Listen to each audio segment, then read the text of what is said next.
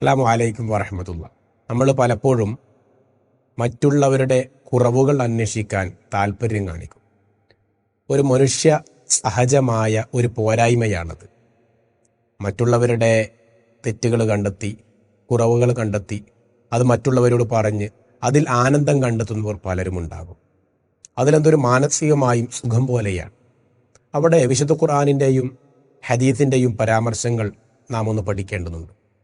ആദ്യമായി ഹസനുൽ ബസ്രി റഹിമഹുല്ല പറഞ്ഞത്, ഒരു മാന്യനായ മനുഷ്യൻ മറ്റുള്ളവൻ്റെ തെറ്റുകൾക്ക് പിന്നാലെ പോവുകയില്ല എന്നാണ്. അതൊരു മാന്യതയുടെ ലക്ഷണമാണ്. ഈച്ചയെപ്പോലെ ആകുവാൻ പാടില്ല എന്നാണ്. ഈച്ചയുടെ പ്രത്യേകത എന്താ?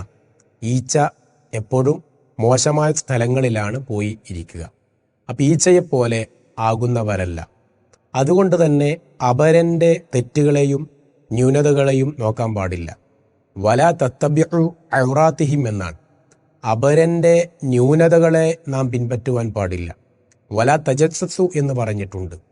അങ്ങനെ ചുഴിഞ്ഞന്വേഷിക്കുന്ന രൂപത്തിൽ വൈലുൻ ലികുല്ലി ഹുമസത്തിൽ ലുമസ എന്ന് പറഞ്ഞതുപോലെ മറ്റുള്ളവൻ്റെ കുറവുകളെയും ന്യൂനതകളെയും പോരായ്മകളെയും അറിഞ്ഞ് അന്വേഷിച്ച് മാന്തി അങ്ങനെ അതിൻ്റെ പിന്നാലെ പോകുന്ന ഒരു സ്വഭാവം അതൊരു നല്ല പ്രേരണയല്ല എന്ന് വിശുദ്ധ ഖുർആനും ഹദീസുകളും പഠിപ്പിക്കുകയാണ്.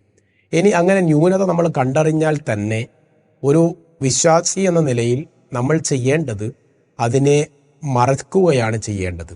അങ്ങനെ മറ്റുള്ളവൻ്റെ പോരായ്മകളെ നമ്മൾ മറച്ചു വെച്ചാൽ അള്ളാഹു നമ്മുടെ പോരായ്മകളെ അവൻ്റെ കോടതിയിൽ മറച്ചു വെക്കും എന്നാണ് നബി കരീം സല്ലല്ലാഹു അലൈഹി വസല്ലം നമുക്ക് പഠിപ്പിച്ചിട്ടുള്ളത്. അതുകൊണ്ട് തന്നെ നമ്മുടെ തെറ്റുകളെയും നമ്മുടെ പോരായ്മകളെയും നമ്മുടെ ന്യൂനതകളെയും അള്ളാഹു മറ്റുള്ളവരാരും അറിയാതെ അല്ലെങ്കിൽ അവൻ്റെ മുന്നിൽ നമ്മളെ ഹാജരാക്കപ്പെടുമ്പോൾ അതെല്ലാം ഇല്ലായ്മ ചെയ്യപ്പെടുവാൻ ആഗ്രഹിക്കുന്നുവെങ്കിൽ നമ്മൾ ചെയ്യേണ്ടത് മറ്റുള്ളവൻ്റെ തെറ്റുകളെ നമ്മളും മറച്ചു വെക്കുക എന്നുള്ളതാണ്. അല ഇന്ന ദിമാഅക്കും വ അംവാലക്കും വ അറാലക്കും ഹറാമുൻ ബൈനക്കും എന്ന് പഠിച്ചവരാണ് നമ്മൾ. മറ്റുള്ളവൻ്റെ അഭിമാനത്തിന് പരമാവധി പരിഗണന കൊടുക്കേണ്ട പണിയാണ് നമുക്കുള്ളത്. ആരുടെയും അഭിമാനത്തെ ഞാൻ കാരണം ക്ഷതപ്പെടാൻ പാടില്ല എന്നുള്ള പ്രഖ്യാപനം നമ്മുടെ മനസ്സിലുണ്ടാവണം. ആ രൂപത്തിൽ മുന്നോട്ട് പോകണം. നമുക്ക് നാഥൻ തൗഫീഖ് നൽകട്ടെ.